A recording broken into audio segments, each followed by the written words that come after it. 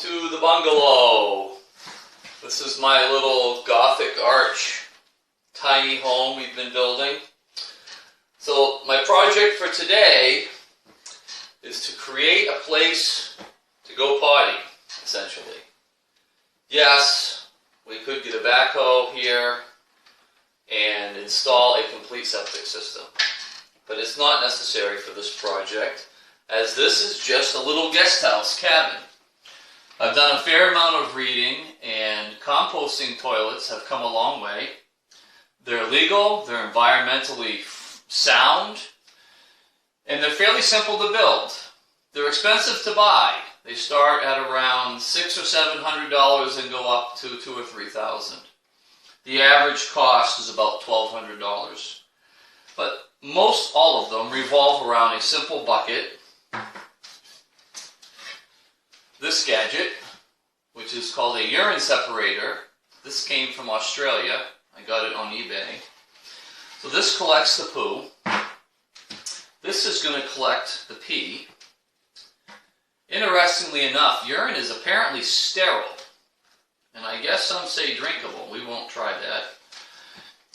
And then hovering over that will be this lovely toilet seat.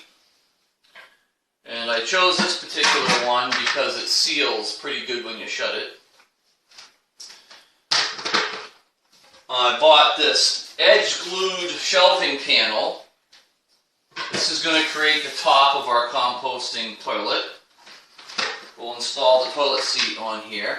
And inside is going to be a little computer fan that will dehydrate the poo, which I'm told is 80% water, and begin the composting process, dry it out. And it will also evacuate all the smells from the toilet, supposedly giving us a clean, environmentally friendly way to go potty.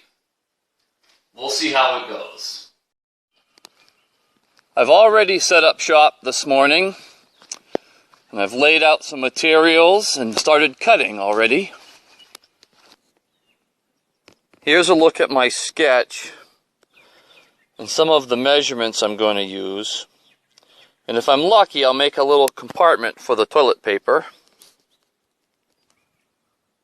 The urine separator came from these guys and came with a few ideas too. I'm going to start by cutting out the sides and the back and the bottom out of this OSB here that I have left over from building this place. And I went ahead and I bought some tongue and groove pine to make the front look sharp. Putting together, it's really a rudimentary box. Just using some leftover OSB. And this is going to be the front, some tongue and groove pine I've cobbled together. So here's my box. Short time later. This didn't take long to build. Like an hour project. This is the front, obviously. I'm going to install the bottom here, but I am going to use caulking around the edges here in case of some unfortunate leak.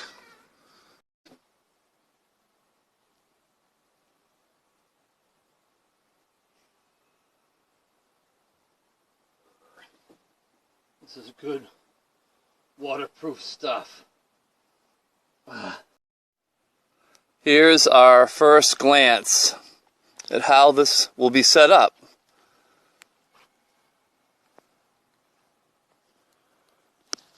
So now I need to fit the lid and come up with a hinge system for it.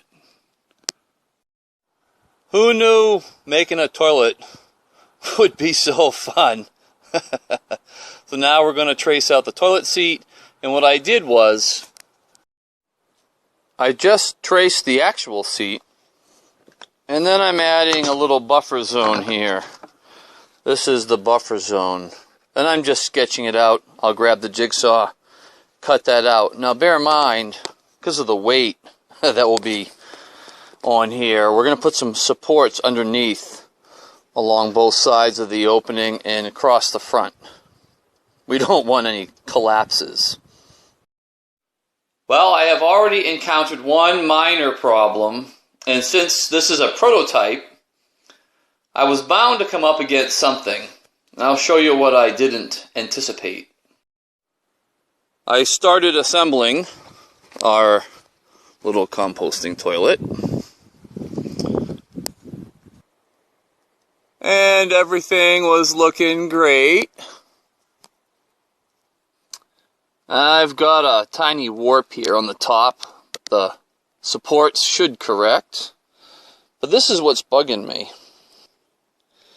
As I open this lid, the diverter hits, see? I didn't figure well on the radius. Boink. See that? So I'm going to have to move the seat back a bit. Worst case, I make a new top. My girls were worried about this edge here, that there'd be too far of a distance from the seat to the front edge. It would maybe cut into a leg or something, but we got to go back. Here's my correction. Now we'll make the hole a little bigger.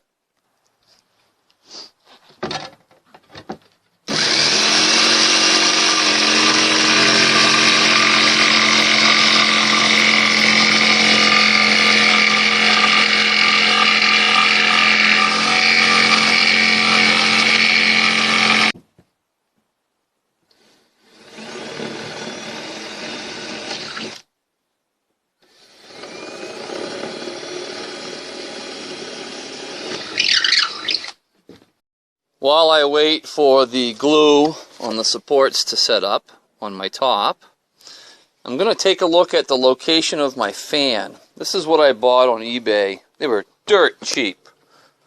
I think I got two for like $6 with shipping. I'm going to use this PVC fitting. I'm going to trim it, mount the fan in there, and then I'll mount that in the box. I did check the location of my studs to make sure it would fit. Well, I think I have all my problems ironed out. Let's take a peek inside. See what you see. Here's my fan installed in that PVC fitting. There's our bucket. The urine diverter doesn't hit anymore. You can see I added some wood to locate the bucket so it's always in the right spot. Here's the output for the fan. I'll just use some 2-inch PVC. And I think I got that bow out. Looks good, so I'm going to do final sanding and varnish.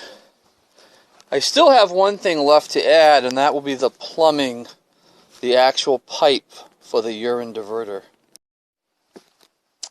Well, I gave her a good coat of good old-fashioned polyurethane, inside and out, every inch.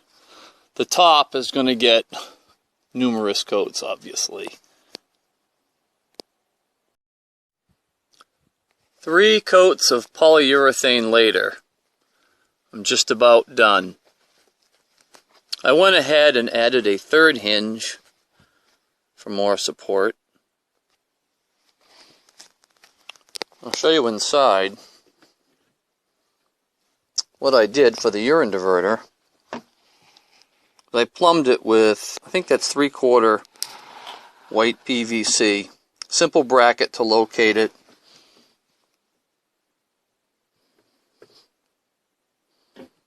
And we're just about ready to be open for business. Next step in the process is to drill a hole in the wall.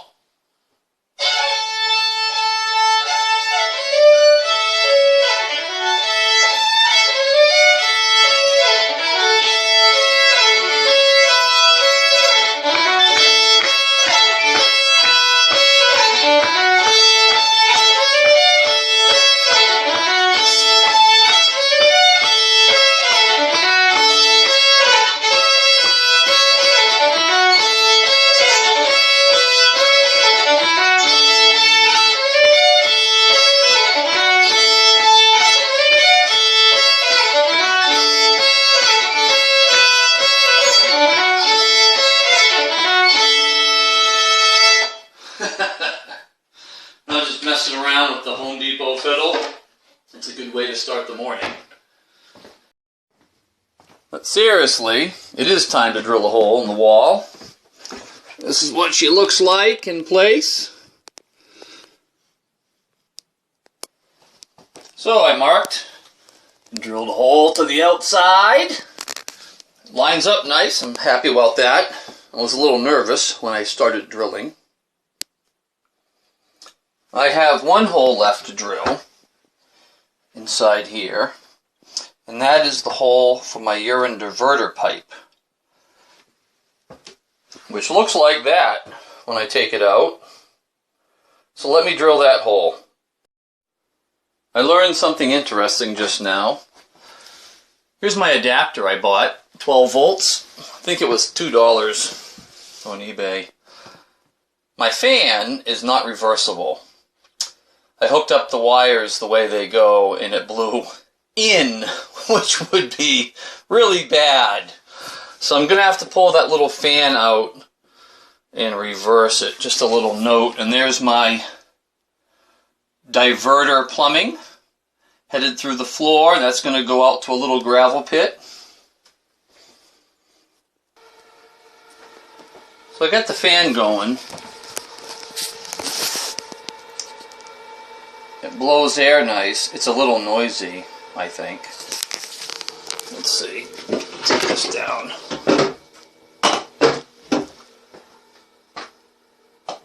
I mean, it's quiet, but I'm thinking I'm going to need some rubber. Let's go outside. Walk around the back of the bungalow. And this is where I stubbed out the pipe. I'm going to put a 90-degree bend on it and then vent it up. It's blowing air. I think it's quieter outside than it is in. Well, I'll find a piece of rubber and see what happens. One fear I had was in a closed bathroom with the vent fan on, I would get like negative airflow and the vent fan would overcome the toilet down here. So let's take a peek and see. Who's winning the battle?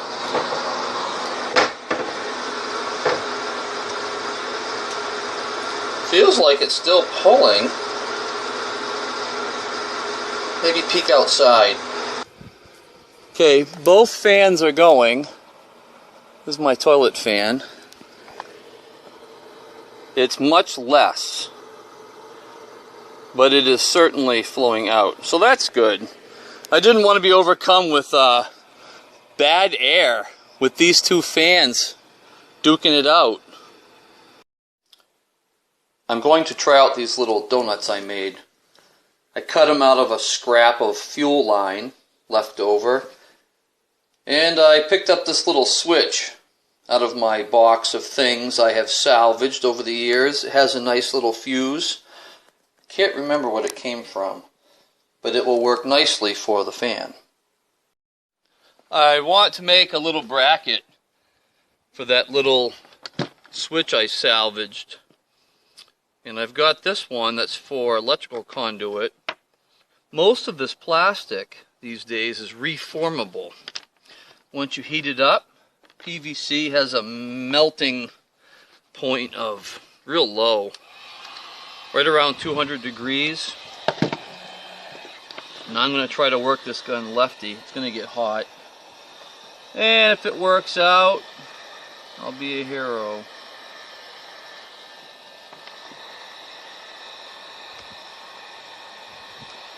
Get it hot enough to reshape it without setting it on fire. Wearing these floppy gloves. How am I supposed to do this? I might take these things off. Heck with safety. I'm not wearing safety glasses either. There, here we go. She's going.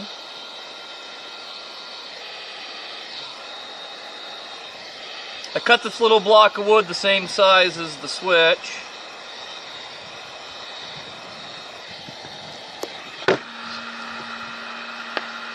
Yep, check it out. Alright, Look how floppy that is. Once that cools down, we'll be good.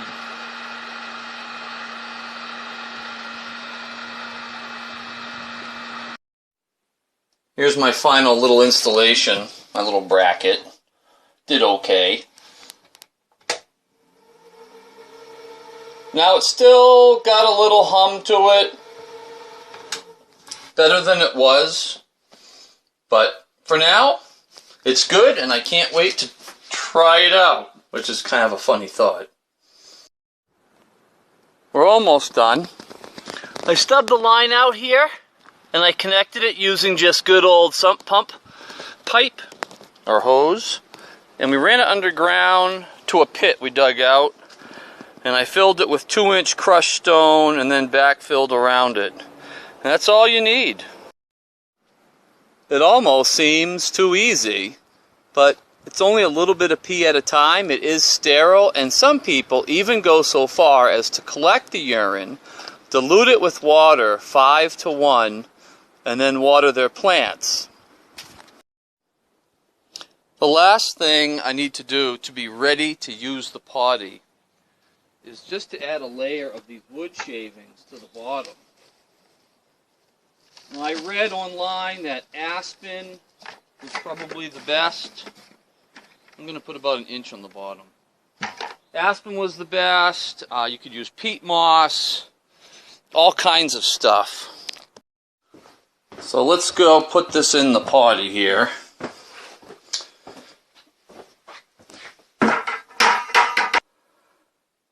Alright. The moment of truth. We've been waiting for it. There. Locked and loaded. So here's what she looks like. Loaded and ready to go. Not too bad. I don't think anybody will freak out. Check out the cool slow close seat. No more banging lids. The composting toilet project is all over. It looks like a success. Of course, time will tell. I hope you enjoyed the video, and I hope one of you guys try this stuff out too. It's a lot of fun. I'll catch you later.